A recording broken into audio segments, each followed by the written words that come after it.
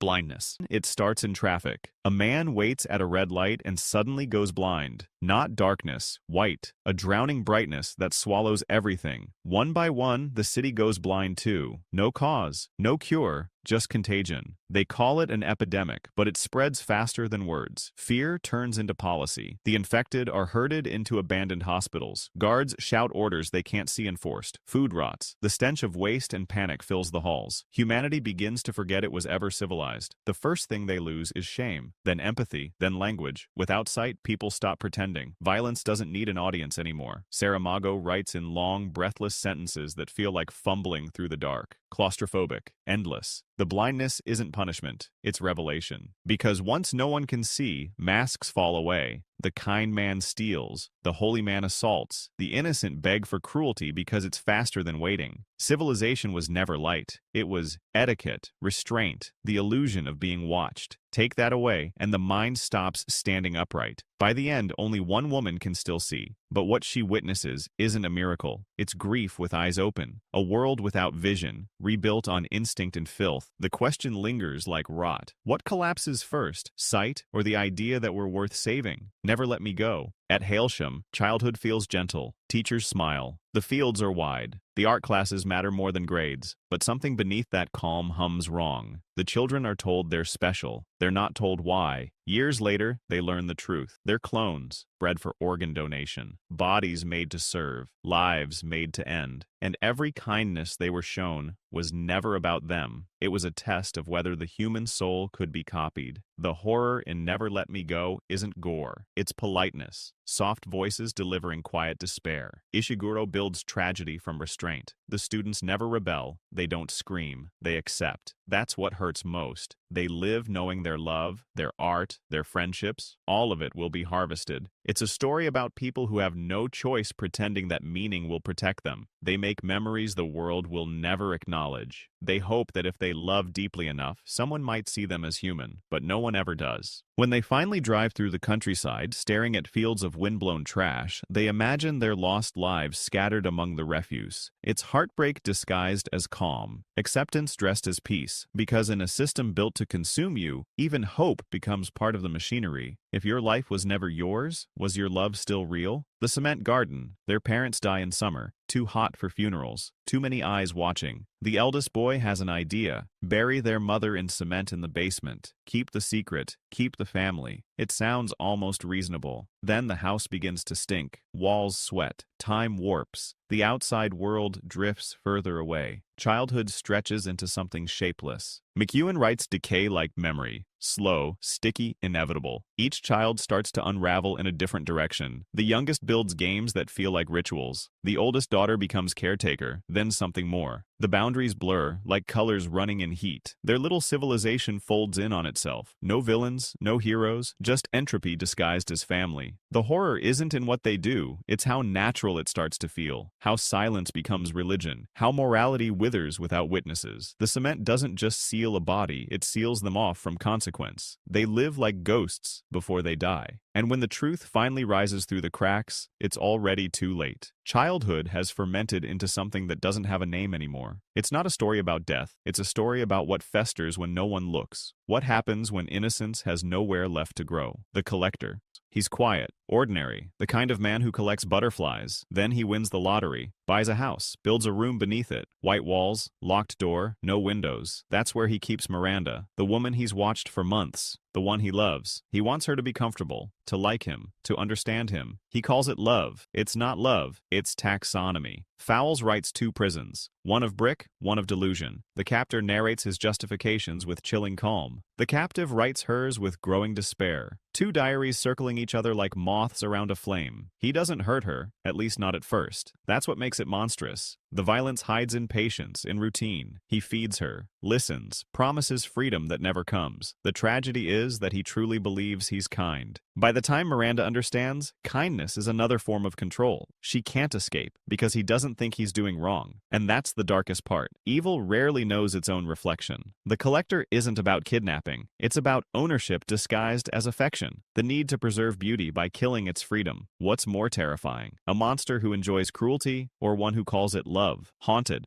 They come for art. Writers, poets, dreamers. A secret retreat in a crumbling theater. No phones, no exits, just time to make something great. At first, it feels like community. Then the food runs out. Then the lights fail. Then the stories start eating their authors. Each person crafts tragedy to seem more authentic, and soon authenticity means pain. They injure themselves for sympathy. They kill for inspiration. They stage their own suffering to make their art matter. Palahniuk turns creative ambition into a survival game where empathy is bait. The novel drips with disgust, rotting bodies, paranoia, and the slow death of sincerity. It's satire that feels prophetic. A world where content demands suffering, where trauma becomes performance. By the end, no one remembers why they came. They just want their story to outlive them. Fame as immortality, horror as proof they existed. It's not about ghosts, it's about artists haunting themselves. How much of your humanity would you destroy to make people listen? Less than zero. Los Angeles looks alive from far away. Neon, palm trees, the ocean humming behind glass. But inside the apartments, everything's dying in slow motion. Clay comes home from college and finds his friends unchanged. Still rich, still beautiful, still empty. They drive without destinations. They talk about nothing. They spend nights pretending to live. Parties blur into each other until even pleasure sounds tired. Ellis writes the 80s as a fever dream of apathy. Everyone moves fast, but nothing moves forward. Beneath the cocaine and music lies something hollow, a pulse without rhythm. Conversations drift like smoke, light, meaningless, gone before they matter. The city becomes a mirror reflecting everything they refuse to feel. No one screams here, no one bleeds. The horror isn't violence, it's vacancy. When Clay watches his friends cross lines that used to mean something, he doesn't stop them. He doesn't even flinch, because numbness is safer than grief, and indifference feels like control. The story never explodes, it just evaporates. By the end, there's no catharsis, only distance. They drive away from the wreckage without looking back, because in this world, there's nothing left to look for. Ellis doesn't condemn them, he just holds the mirror still. And in that reflection, you see what happens when comfort replaces conscience, and desire outlives purpose. The world didn't end, it just got bored. The Virgin Suicides. The Lisbon house is a museum of silence. Curtains drawn, air thick with perfume and repression. 5 sisters live there, beautiful, remote, and doomed. The boys across the street watch them like astronomers watching dying stars. They whisper their names, collect their secrets, build shrines out of memory. The girls become myths, long before they die. Eugenides writes through distance, through voices remembering what they never understood. The parents, desperate to protect, build walls too high for sunlight. The girls' freedom rots behind politeness. One night, one death, then another. Each suicide folds into the next, a language the neighborhood learns too late. The tragedy isn't the deaths, it's the fascination. The boys grow older but never stop narrating. They don't mourn the girls, they curate them. Every detail becomes sacred, every heartbreak romanticized. Nostalgia turns grief into something pretty enough to live with. The book's horror hides in memory itself, the way recollection edits pain into poetry, the way distance transforms victims into aesthetic. When the boys revisit the house years later, it's empty. Dust, echoes, a hollow that still feels alive. They realize they never knew the sisters. They only knew their own longing. Eugenides isn't telling a ghost story. He's writing about how people make ghosts to survive. Sometimes the dead aren't haunting us. We're haunting them. A Little Life. It begins with promise. 4 friends in New York chasing brilliance and meaning. They build careers, share apartments, fall in and out of love. For a while, it feels like triumph. But one of them, Jude, carries a past that never loosens its grip. Scars too deep for memory. Pain too constant to confess. Yanagihara doesn't flinch. She writes suffering without spectacle, grief without distance. Jude's trauma seeps through every page. Quiet, methodical, endless. His friends love him fiercely, but love cannot negotiate with ghosts. Every kindness feels like intrusion. Every embrace ends with apology. He wants to be saved, yet believes salvation is for other people. The novel unfolds like slow anesthesia wearing off. Moments of beauty ache under the weight of what they can't erase. Success doesn't heal him. Friendship doesn't redeem him. The past isn't a wound, it's geography. You can leave the place, but it never leaves you. By the end, love becomes endurance. Life becomes punishment disguised as survival. Yanagihara builds a cathedral of pain and dares you to stay inside. You do, because the horror isn't the trauma, it's the tenderness that can't fix it. There are no monsters here, only people trying not to break.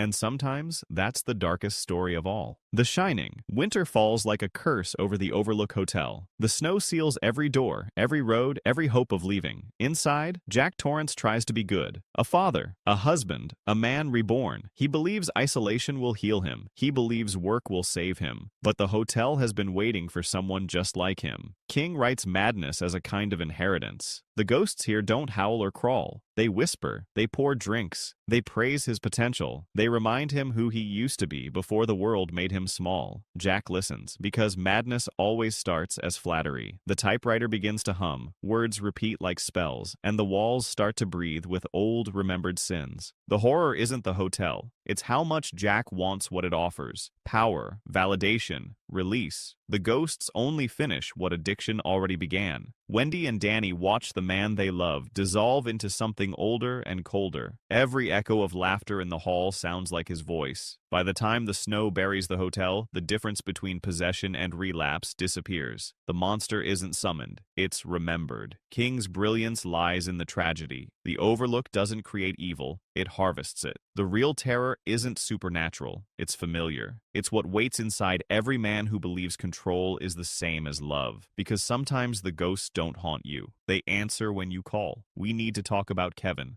It begins after the massacre, a mother writing letters to the husband who left her. Each page becomes a courtroom, each sentence an exhibit. Her son Kevin murdered his classmates. The question isn't why, it's how long she saw it coming. Shriver doesn't write a thriller. She writes confession disguised as denial. Every memory turns into evidence against her. Every affection sounds rehearsed. The mother studies her own life like a crime scene, desperate to know if evil can be inherited or if she simply raised it too well. The story is calm, methodical, surgical. No hysteria, no excuses. Just a woman dissecting motherhood with the precision of guilt. Kevin isn't a monster from nowhere. He's a reflection too sharp to look at directly. The more she rewinds, the more it feels like fate was watching from the nursery door. There's a moment near the end, one brief, unbearable silence, where Kevin finally speaks with something that sounds like regret. But by then, remorse is meaningless. The damage is historical. The mother forgives him anyway, because that's what mothers do. Shriver leaves no mercy, only echoes. The horror isn't the act, it's the aftermath, the way the world expects her to stop loving him, and the way she can't. Because the hardest question isn't what created Kevin, it's why she still needs to talk about him. Subscribe for more interesting stuff. Tell us your experience in the comments.